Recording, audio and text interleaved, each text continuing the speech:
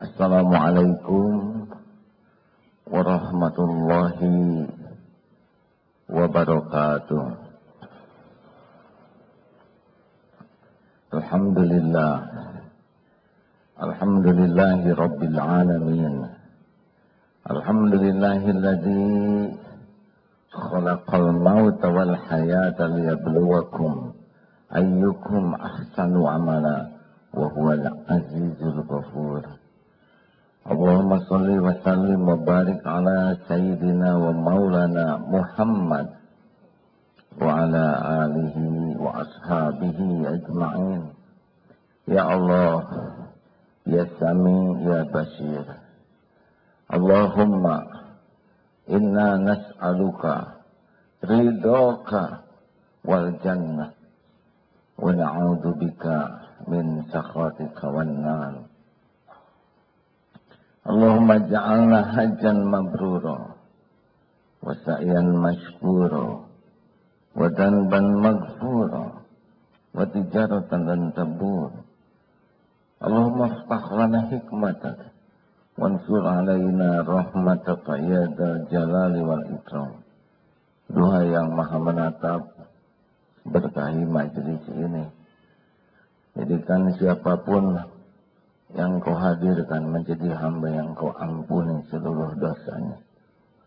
Engkau lapangkan hatinya, engkau berikan hakul yakin padamu. Jadikan siapapun yang hadir menjadi hamba yang kau jamu di Baitullahmu ya Allah. Haji, hajah, mabrur, mabrur. Istiqomahkan kami ya Allah sampai husnul khatimah. Taqabbal minna ya karim. Innaka antas sami'ul alim. Amin ya Allah ya rabbal alamin. Alhamdulillah.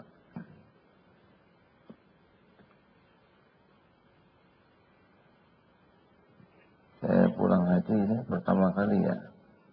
Oh, berarti benar. Barusan doa mudah-mudahan diijabah.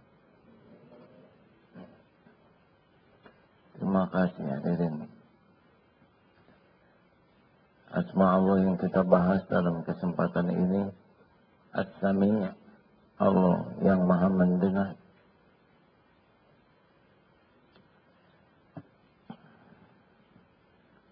Dalam surat Asy-Syura ayat 11, A'udzu billahi minasyaitonir rajim. Laisa kamitslihi syai'un wa huwas sami'ul basir. Tidak ada satupun yang serupa dengan Allah. Allah tidak bisa terbayangkan oleh kita karena akal kita hanya bisa membayangkan yang serba terbatas. Allah tidak menyerupai dan diserupai apapun. Laisa kamitslihi syai'un. Jadi kalau ada orang yang agama lain pasti menyerupakan Allah dengan sesuatu. Ada yang dengan patung, ada yang dengan beragam. Bahkan ada yang mengatakan 3 dalam 1 itu seperti ombak, air, buih. 3 tapi 1, 1 tapi 3. Dalam Islam tidak bisa Allah dibandingkan dengan ombak. Yang lebih repot lagi ada yang membandingkan seperti rokok. Ada rokok, ada api, ada asap. 3 dalam 1. 1 dalam 3. Ini lebih menyedihkan. Tuhan seperti rokok. Wa huwas sami'ul alim. Dan Allah, dialah Allah yang maha mendengar lagi maha melihat. Hadirin, ini kita sedang didengar oleh Allah. Pasti. Allah mendengar semua suara. Semua suara, keras, pelan, lirih, tidak ada yang tidak didengar, tidak ada yang tertukar. Walaupun seluruh manusia dan jin di dunia ini berdoa dengan bahasa masing-masing, dengan keinginan masing-masing, dengan nada masing-masing, pasti didengar oleh Allah secara akurat. Ijabahnya tidak ada yang tertukar, tidak ada yang meleset. Tidak ada yang tersembunyi. Semua bahasa, semua obrolan, semuanya didengar. Seperti Benyamin Perdana Menteri Israel, Benyamin itu mengadakan rapat dengan semua krunya, para pejabatnya, termasuk Sinbad, itu intelijennya mereka, apa saja, bagi Allah semua rapat itu jelas. Tidak ada pembicaraan rahasia kecuali Allah pasti tahu. Jadi orang-orang yang merasa aman dari perkataan, dari pendengaran Allah biasanya banyak bicara. Itulah sebabnya para orang yang mengenal Allah akan sangat hemat berbicara. Karena dia tahu setiap perkataan pasti dicatat. Setiap perkataan pasti kembali kepada dirinya sendiri. Ini maaf hadirin, mana yang terpenting dari dakwah ini? Pendengaran saudara-saudara, bagi saya ini ya, atau Allah yang maha mendengar? Allah yang maha mendengar. Kalau saya sekarang merekayasa kata-kata supaya kelihatan hebat, mengesankan, dan Allah tahu isi hati saya. Ini ngomong, diatur kata-katanya supaya indah, mengagumkan, mempesona. Itu tidak berguna bagi Allah. Yang penting bicara itu niatnya lurus, dan yang dikatakannya benar. Sudah cukup. Kita tidak bisa membulak-balik hati orang. Saya tidak punya kemampuan sama sekali mempengaruhi saudara-saudara. Tidak bisa. Tidak bisa memasuki pikiran, tidak bisa memasuki hati. Karena itu adalah pekerjaan Allah yang Maha Kuasa. Tugas saya adalah menjaga hati saya agar yang dikatakan ini mudah-mudahan sih ikhlas. Tidak ngarep apa-apa selain ngarep-ngarep Allah ridho saja. Dan berusaha berkata sekuat tenaga sebenar mungkin dari apa yang saya tahu. Dan bisa saya lakukan omongannya. Cukup. Tidak perlu kekaguman orang. Tidak perlu orang menjadi terpesona kepada kita. Karena enggak. Sekarang semua terpesona. Terus apa gunanya buat saya? Sedangkan saudara dan saya sama-sama makhluk nebeng. Benar? Sekarang misalkan semua memuji. Terus apa yang berguna? Enggak ada. Pujian orang, ember jatuh sama saja. Hanya gelombang udara.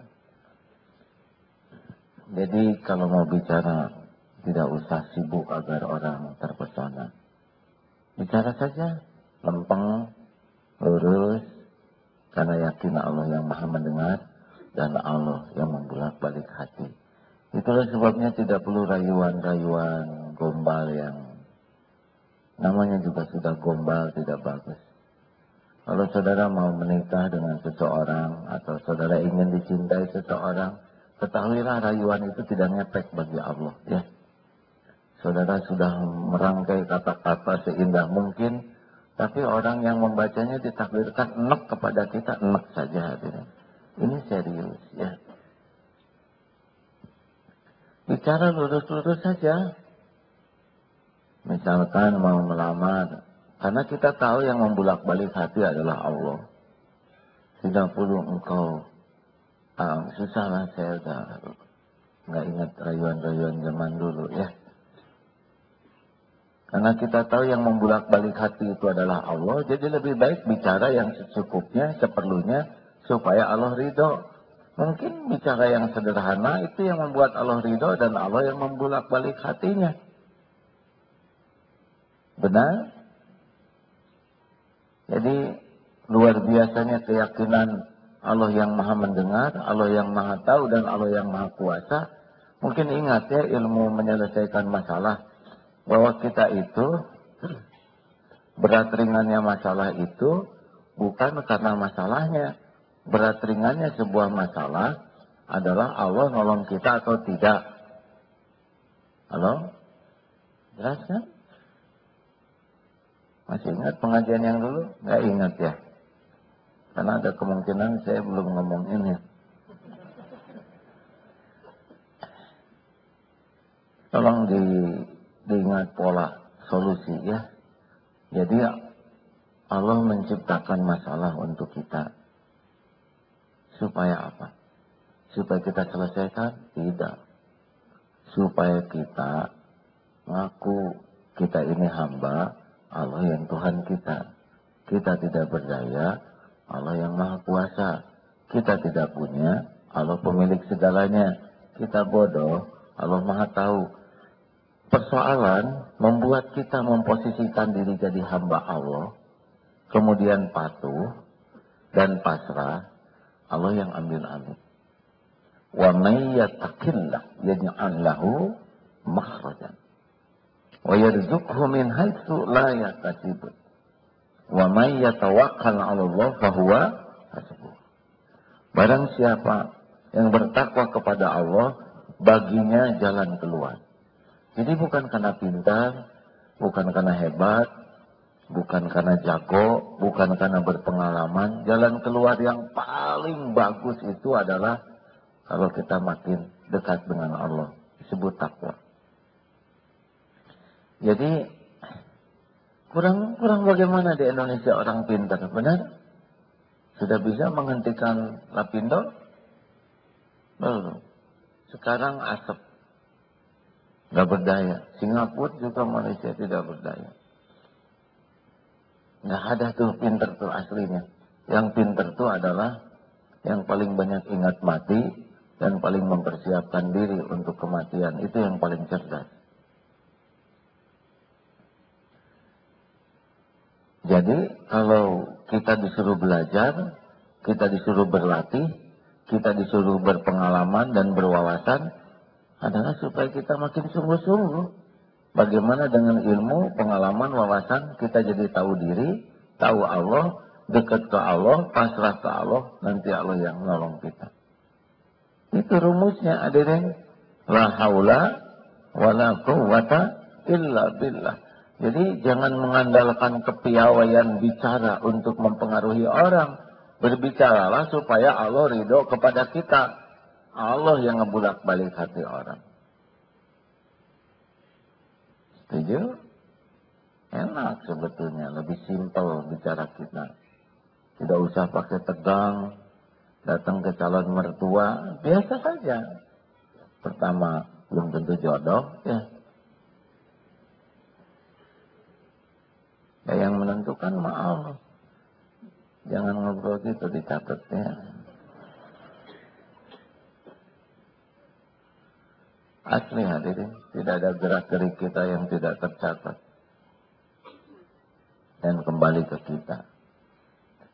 Jadi kalau ada persoalan, kita harus tahu, ini persoalan terjadi biiznillah. Ini persoalan hanya bisa selesai kalau Allah menolong. Apa yang harus saya lakukan sekarang? Husnuzon kepada Allah. Pasti ini sudah diukur oleh Allah. Tidak ada persoalan overdosis. Tidak ada hadirin. La yukallifullahu nafsan illa wus'aha. Allah tidak membebani seseorang kecuali sesuai dengan kesanggupannya. Ini dalam perintah. Perintah Allah kepada kita sudah sesuai. Tapi dalam hal apapun karena Allah maha adil. Allah itu maha adil. Adil itu menempatkan sesuatu pada tempatnya. Dan yang paling tahu tentang kita sebenarnya siapa? Allah. Karena Allah yang menciptakan kita, dia lebih tahu tentang kita daripada siapapun, bahkan daripada kita sendiri. Dan Allah udah ngukur semuanya. Allah tahu intelektual kita, Allah tahu latar belakang kita, Allah tahu perekonomian kita, Allah tahu kadar keimanan kita, Allah tahu fisik kita, Allah tahu hobi, bakat. Semuanya udah tahulah, karena dia yang menciptakan kita. Lalu Allah ngasih ujian ke kita, udah pasti diukur. Kalau tidak terukur, misalkan, terus kita nggak menjalaninya, pasti bukan salah kita. Coba sekarang SD dikasih ujian logaritma. Kata SD, ini guru bermasalah nih. Makin tinggi keyakinan ke Allah, pasti ujian makin berat. Oh, kalau gitu saya nggak mau kuat iman. Bisa berat. Saudara mau punya anak SMA pelajarannya ujian TK, pasti sudah seimbang. Rasul begitu dahsyat ujiannya, memang Allah udah siapkan keimanannya di sana. Kayak dokter spesialis bedah syaraf, mungkin ya saya nggak begitu ngerti, pasti ujiannya bagian sana ya. Yang buat kita berat, tapi buat beliau ya biasa saja karena udah belajar. Nah, jangan andalkan kata-kata untuk mempengaruhi orang, untuk cari muka, untuk ya acting, jangan. Andalkan kata-kata supaya Allah ridho ke kita. Lebih simpel aja kan. Nih kalau istri marah nih buat yang sudah punya istri ya. Jangan terlalu banyak bicara Pak. Istri itu enak dengar suami banyak bicara. Dan secukupnya saja. Ya Allah yang ngebulak-balik hati. Berkata sewajarnya secukupnya. Kalau salah ya akui salah. Gimana sih Papa gitu-gitu amat. Gak percaya sama istri. Ya saya salah Bu. Insya Allah saya perbaiki. Gitu dong. Sing pengertian. Insya Allah. Makasih Bu sudah ngasih tahu saya. Tapi benar. Kan kita ya. Mungkin sehari 2 hari masih rada jengkel sebagai penebus dosa kita ya. Tapi ingat Allah yang ngebulak balik hati. Hari ini begini, besok bisa lain. Benar? Jangan ngandelin kata-kata sampai kita bohong, akal-akalan.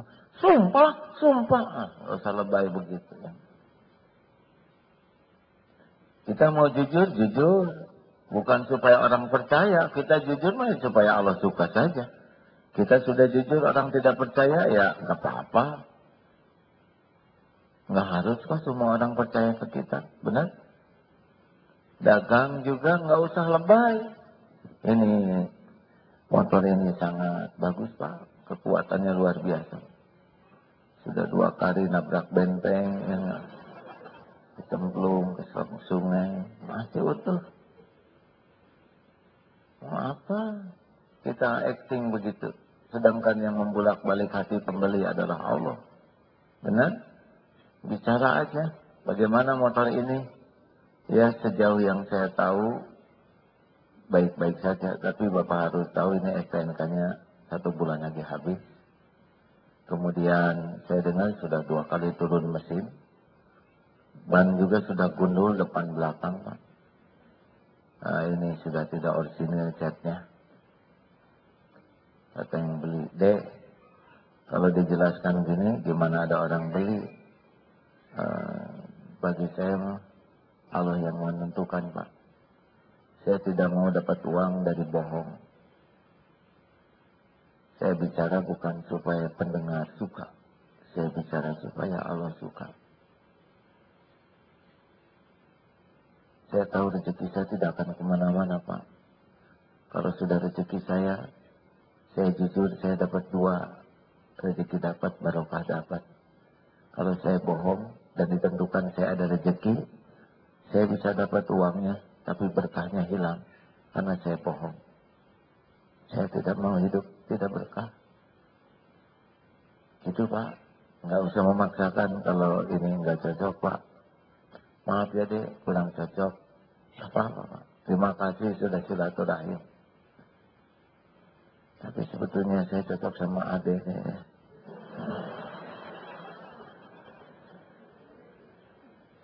Mau nggak mengurus perusahaan saya? Saya baru cita-cita punya perusahaan. Ngomong-ngomong adek sudah nikah belum? Belum Pak. Sama dengan saya deh.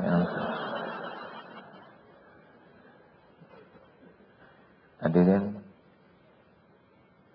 saya nggak pakai bohong barusan, ya kan? Ada kemungkinan yang ngomong kayak gitu, betul?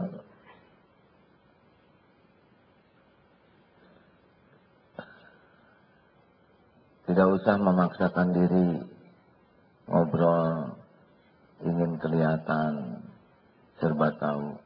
Ngobrol tuh momen yang paling bahaya. Kalau kita berani evaluasi ya, ngobrol tuh momen yang paling berbahaya bagi kita. Dalam ngobrol tuh sulit. Apalagi kita sudah ada keinginan dikagumi orang, kita akan ngomong yang sia-sia. Dalam ngobrol ditambah-tambah, supaya orang mengakui kita lebih tahu. Dalam ngobrol bisa berbohong, supaya kelihatan lebih dramatis, lebih seru pakai bohong. Dalam ngobrol bisa ria, yang harusnya amal kita sembunyikan, karena kita ngobrol kepancing. Menceritakan tahajud, menceritakan umroh, menceritakan sedekah. Dan kalau tidak ngobrol, dia tidak keluar kata-katanya. Dan sedekahnya juga ditambah-tambah, ya. Padahal nolnya cuma 2, tambah saja 2 lagi. Kan jadi keren sekali. Dalam ngobrol, bisa juga ujub, menjadi merasa diri beda dari yang lain. Dalam ngobrol, bisa sok tahu, mengada-ada, seakan-akan dia yang paling keren. Dalam ngobrol, bisa ngilang-ngilangin sesuatu, kalau itu berkaitan dengan dia, kejelekan dia. Dalam ngobrol bisa gibah, menertawakan orang, mencaci orang. Dalam ngobrol bisa fitnah, kita mengada-ada dan menggunakan momentum ngobrol untuk menyerang, menyebar fitnah. Oh, sungguh menakjubkan orang yang senang ngobrol itu. Orang yang yakin Allah Maha mendengar, wa huwa sami'ul alim, dan nafsu lah ngobrol itu. Kecuali faliyakul khairan aw liyasmut. Hadirin sekalian, mau terang-terangan wa asiru qaulakum aw ijharu bih innahu alimun bidatis sudur. Mau engkau rahasiakan wa asiru qaulakum, kata-kata aw ijharu bih, engkau jaharkan, innahu alimun bidatis sudur. Allah Maha tahu isi hati kita. Gak ada bohong kepada Allah. Allah Maha tahu semua rahasia. Semua copet yang maling, bisik-bisik, semuanya diketahui oleh Allah. Makanya berlindung ke Allah, ya. Berlindung kepada Allah, termasuk setan, ya. Innaka sami'ud du'a, kita sesungguhnya engkau Maha mendengar doa, ya Allah. Kemudian Rabbana taqabbal minna innaka antas sami'ul alim. Ya Rabb, terimalah amal kami daripada kami. Rabbana taqabbal minna, terimalah daripada kami amal-amal kami. Innaka, sesungguhnya engkau antas sami'ul alim, Maha mendengar lagi Maha mengetahui. Ini kalau doa ditutup dengan doa ini, ya.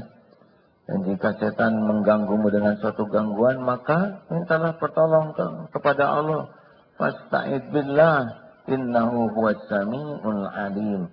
Sesungguhnya dialah yang Maha mendengar lagi Maha mengetahui. Ya, setan selalu ini, kalau pembicara ini digoda setan, Pak. Pembicara, pembawa acara, penceramah, yang di radio itu apa? Pemandu itu ngomong saja terus. Karena memanfaatkan momentum bicara untuk supaya orang kagum kepada dia. Ada takdir suatu saat mendengar seorang penceramah, saya udah malu sekali dengarnya, menggunakan puisi yang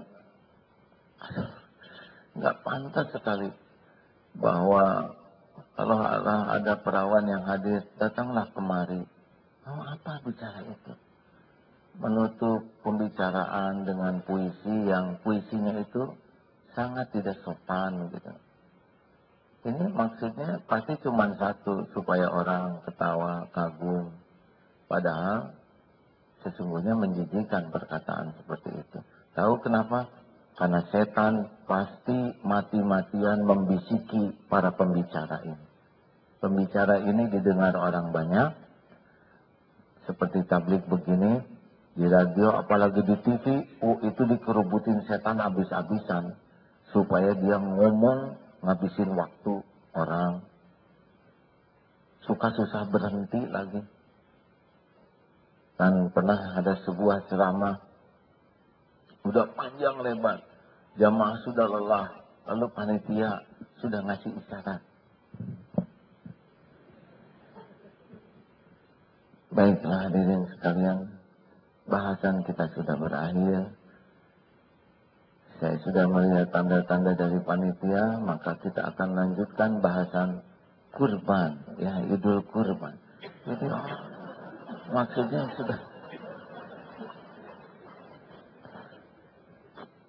waktunya habis, tapi sangkanya kurban.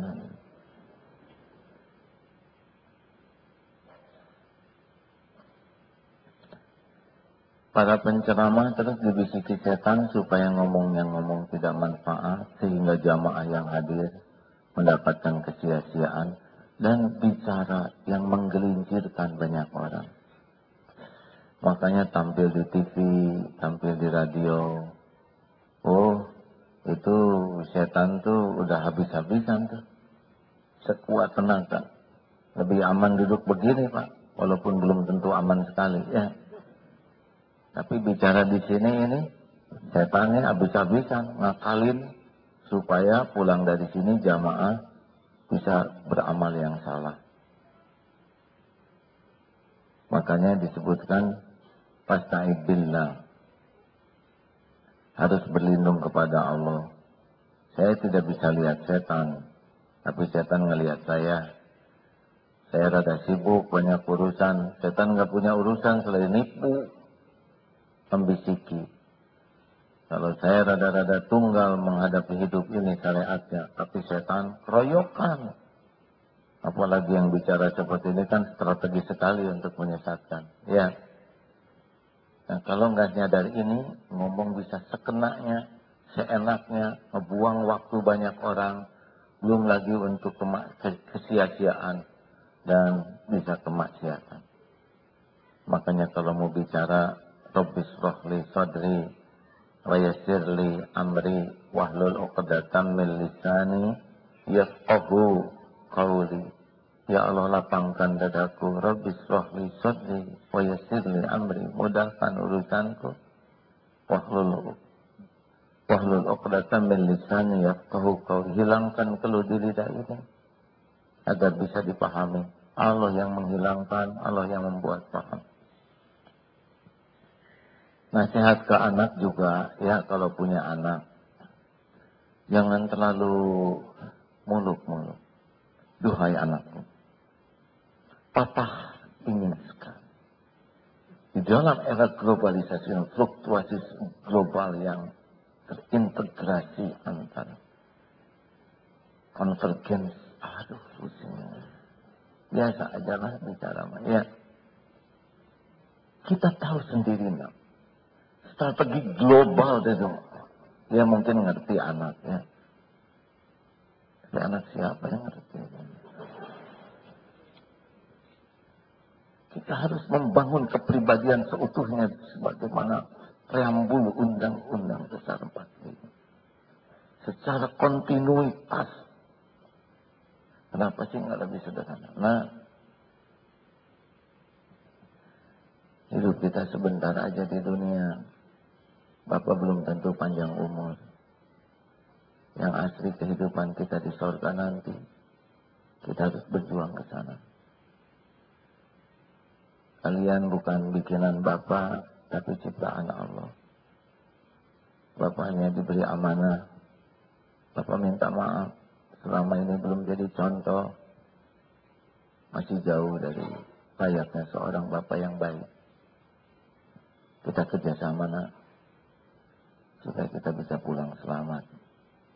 Kalau ada kelebihan yang nanti dilihat dari Bapak, itu pasti Allah yang memberi. Syukuri saja. Tapi pasti juga akan lihat kekurangan Bapak. Bantu supaya Bapak bisa memperbaiki diri. Insya Allah kita jadi baik. Ini sederhana benar. Halo? Tidak usah nyebut-nyebut jasa diri juga. Bapak tuh capek tahu. Membanting tulang, memeras keringat siang malam. Gak gampang cari nafkah. Apalagi dolar naik tidak jelas. Asap di mana-mana. Persib lagi 2-0 dan sebagainya.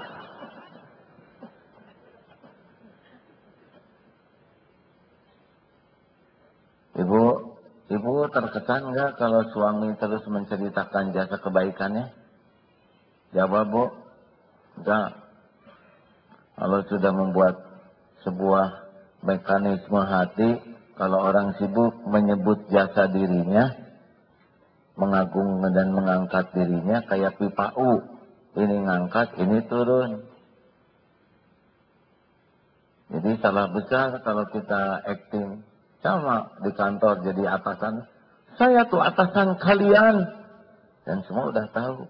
Tahu. Saya tuh capek sekali membangun perusahaan ini. Turun Pak, turun.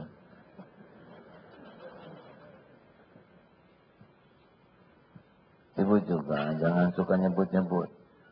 Bapak capek cari nafkah. Tapi Bapak belum pernah hamil. Saya yang hamil Pak. Saya yang melahirkan. Saya yang menyusui. Tahu apa jawaban si Bapak? Saya yang menghamili. Repot. Nggak ada gunanya obrolan kayak gini. Buang-buang waktu ya. Kekanak-kanakan dua-duanya. Biasa aja lah. Kita simpulkan. Setuju? Setuju hadirin? Kalau mau banyak zikir harus kurangin ngomong. Kalau kebanyakan ngomong yang tidak punya nilai, cenderung mengeras hatinya. Jadi bagaimana caranya? Terus saja, innaka antas sami'ul alim. Sesungguhnya engkau maha mendengar ya Allah. Lagi maha mengetahui. Jadi kalau kita ngobrol berdua, kita harus tahu yang ketiganya adalah Allah Subhanahu wa Ta'ala.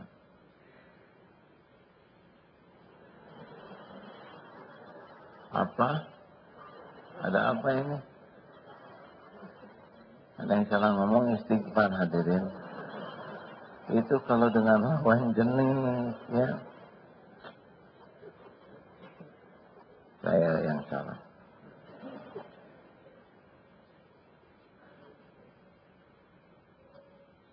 Jadi kita rubah strateginya. Kita bicara bukan untuk mempengaruhi orang.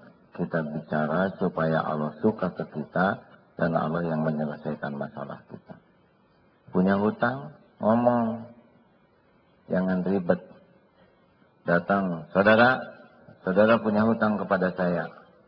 Jangan sembunyi. Tidak menyelesaikan masalah. Tapi kalau saya ketemuin nanti dia marah. Gak apa-apa, marah itu gak bahaya. Yang bahaya itu adalah ngemplang. Bagaimana? Saya belum punya uang Pak. Selalu itu saja alasannya. Kapan bayarnya dong? Pikirkan kapan. Saya ingin secepatnya Pak. Saya juga tahu, penting bukti. Ya Allah, ya Allah. Hati itu ke Allah. Engkau yang membolak-balik hati. Engkau yang bisa membayar. Kalau ada uang saya bayar secepatnya. Tanggalnya yang pas, kapan? Saya belum bisa membayangkan Pak. Gak bisa. Ya Allah. Tunggu minggu depan. Ya Pak. Insya Allah mudah-mudahan minggu depan. Harus ada. Insya Allah. Tenang aja gitu. Jangan melakukan kebohongan-kebohongan. Saya janji minggu depan. Kalau nggak kebayang ya jangan. Tapi dia marah. Enggak, dekat aja. Daripada bohong lebih baik dimarahin. Dan Allah juga tahu kita jujur. Benar? Itu pulang, ambil wudhu. Ya Allah, Engkau sudah saksikan. Saya berhutang untuk ngobatin ibu saya. Dan saya belum punya uang. Tapi saya percaya engkau akan membayarkan. Semoga kemarahan orang ini jadi penggugur dosa saya. Bayarkan ya Allah. Didengar tidak oleh Allah. Ampun ya Allah, kalau saya lebih takut ke orang daripada takut kepadamu. Datang lagi dia. Belum ada ya? Belum, Pak. Ikhtiar dong. Ya Allah, saya ikhtiar. Lama-lama saya bosan lagi begini. Sudah halal aja lah. Apa sih sulitnya bagi Allah membuat halal begitu? Sulit tidak? Sulit tidak? Saya juga pernah punya hutang dulu. Waktu ngebangun. Banyak 100 juta. Lama tidak ingat. Tiba-tiba Allah membuat ingat. Saya punya hutang. Cari catatan tidak ada. Tapi pasti hutang ini. Hutang adalah hutang. Sampai mati ini pasti ada. Cari teleponnya. Pak, saya punya hutang. Hutang apa? Dulu sudah lama sekali. Memang Bapak tidak memberi tanda bukti apapun. Tapi Allah pasti ingat. Dan Allah mengingatkan saya hutang ini. Saya juga udah lupa. Tapi saya ingat, Pak. Boleh dicicil. Ini apa-apaan. Udahlah, kalau memang ada halal. Alhamdulillah. Manis sekali ada. Tidak akan dikecewakan oleh Allah. Benar? Maka kalau ada perbedaan pendapat di rumah gitu ya, jangan terlalu banyak argumen untuk meyakinkan orang, tapi hanya berdasarkan bohong, mengada-ada, atau strategi, atau apalah. Dan Allah tahu ini bohong, ini tidak benar. Udah nggak perlu ya, nggak perlu dengan argumen yang jelimet. Padahal kita hati kecil kita tahu ini nggak benar omongan kita. Gak usah. Allah juga tahu kita ngebohong. Halo? Berani tidak? Harus berani. Kalau salah ya ngaku salah. Sebetulnya kalau boleh bicara sama para koruptor yang ditangkap itu ya, udahlah nggak usah rewel ya. Bagaimana saudara terdakwa? Saya ngaku Pak. Benar. Apa yang didakwakan oleh jaksa, benar semuanya. Saya menerima kesalahan ini. Jadi saudara tidak akan mending tidak Pak. Silakan jatuhkan hukuman seadil-adilnya. Kalau mau disita, sita saja Pak. Selama ini juga saya nggak pakai kok. Udah capek-capek korupsi, nyimpan di tempat lain, lihat enggak, megang enggak, makan enggak. Saya asam urat Pak. Dan kolesterol serta gula darah, jadi makan juga dikit. Sita aja lah Pak. Daripada uang ini jadi petaka bagi anak-anak saya nanti. Saudara Ridho, lebih baik saya dihukum di dunia Pak, daripada di akhirat. Mau apa harta korupsi itu ada di rumah saya, dimakan oleh anak-anak saya, keracunan semuanya, saya jahat. Silakan Pak. Sebetulnya ada beberapa korup yang lain yang belum terbongkar oleh jaksa, ya. Tapi segini aja udah lumayan lah Pak, ya. Tapi kalau mau diperiksa, ambil aja semuanya. Enak begitu kan? Gak usah lama-lama Pak, 2 kali sidang tuntas. Saya pengen cepet-cepet ngapalin Quran di penjara. Selama jadi koruptor sama boro-boro mikirin Quran. Lebih simpel. Betul? Di rumah juga kalau bikin salah, siapa ini yang memecahkan jendela? Saya. Kamu ini gak hati-hati. Ya. Ganti. Saya ganti. Gak akan kasih uang jajan selama sebulan. Ya. Tidak. Nanti dibalikan hatinya oleh Allah.